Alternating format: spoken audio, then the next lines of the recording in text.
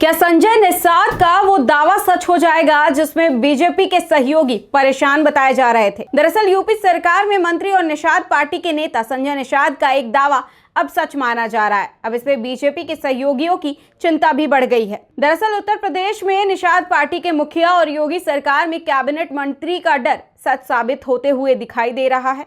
बीते दिनों संजय निषाद ने कहा था कि भारतीय जनता पार्टी के कुछ नेता अलायंस के साथियों और नेताओं के बारे में विवादित टिप्पणियां करते हैं।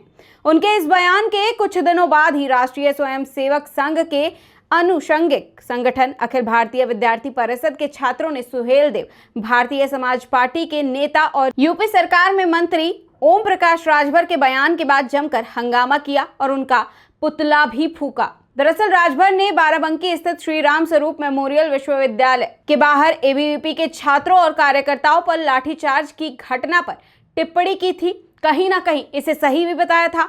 वहीं राजभर ने कहा था कि किसी को कानून हाथ में नहीं लेना चाहिए। अगर कोई कानून हाथ में लेगा तो पुलिस इसी तरीके की कार्रवाई करेगी। उनके इस बयान पर भारतीय जनता पार्टी और उसके नेता राजभर की आलोचना कर रहे हैं। बता दें, अखिल भारतीय विद्यार्थी परिषद के छात्रों और कार्यकर्ताओं ने कई जगहों पर आंदोलन किया और माफी की मांग भी की। लेकिन इस बीच संजय निषाद का ये बड़ा बयान आया है। संजय निषाद ने अपनी प्रतिक्रिया दी है। उन्होंने कहा है कि उनके बयान को लेकर किसी को आपत्ति है तो लोकतांत्रिक तरीके से बातचीत होनी चाहिए थी। लोकतंत्र में विरोध का अधिकार सभी को है, लेकिन शालीनता और संयम के साथ होना चाहिए। हम छात्रों से भी कहना चाहेंगे कि वो हिंसा की बजाय संवाद का रास्ता अपनाएं। दूसरी ओर पूर्व सांसद और कल्याण सिंह सरकार में कारागार मंत्री रहे वरिष्ठ भाजपा नेता हरिनारायण राजभर का कहना है इस पर कि ये बेहद खेदजनक है। ओम प्रकाश राजभर की पार्टी सुभासपा आज केवल परिवार तक सीमित रह गई है और उनके इस रवैये से भाजपा की बदनामी हो रही है।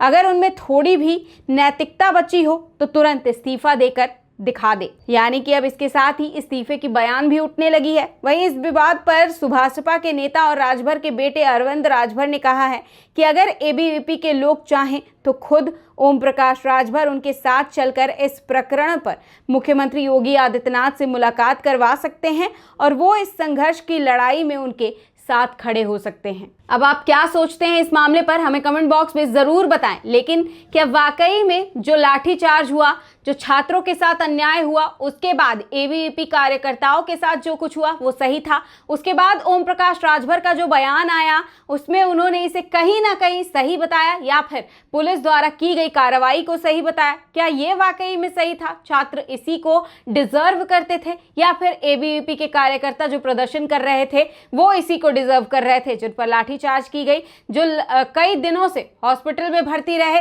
जिनको देखने के लिए ओम प्रकाश राजभर नहीं पहुंचे लेकिन उन्होंने इस पर टिप्पणी जरूर की? उसके बाद अब भारतीय जनता पार्टी के नेता जो कमेंट कर रहे हैं या फिर जो सवाल उठा रहे हैं उससे पार्टी में क्या कुछ असर पड़ सकता है? क्या ओम प्रकाश राजभर को इसका खामियाजा भी भुगतना पड़ सकता है? क्योंकि पार्टी के नेता एक तरफ हैं इस बार और ओम प्रकाश राजभर का ये बयान एक तरफ है। तो इससे आप क्या सोचते हैं और क्या समझते हैं, और छात्रों के साथ जो हुआ उसके बारे में क्या सोचते हैं और समझते हैं, हमें कमेंट बॉक्स में जरूर बताएं। फिलहाल के लिए देखते रहिए द न्यूज़ पॉइंट।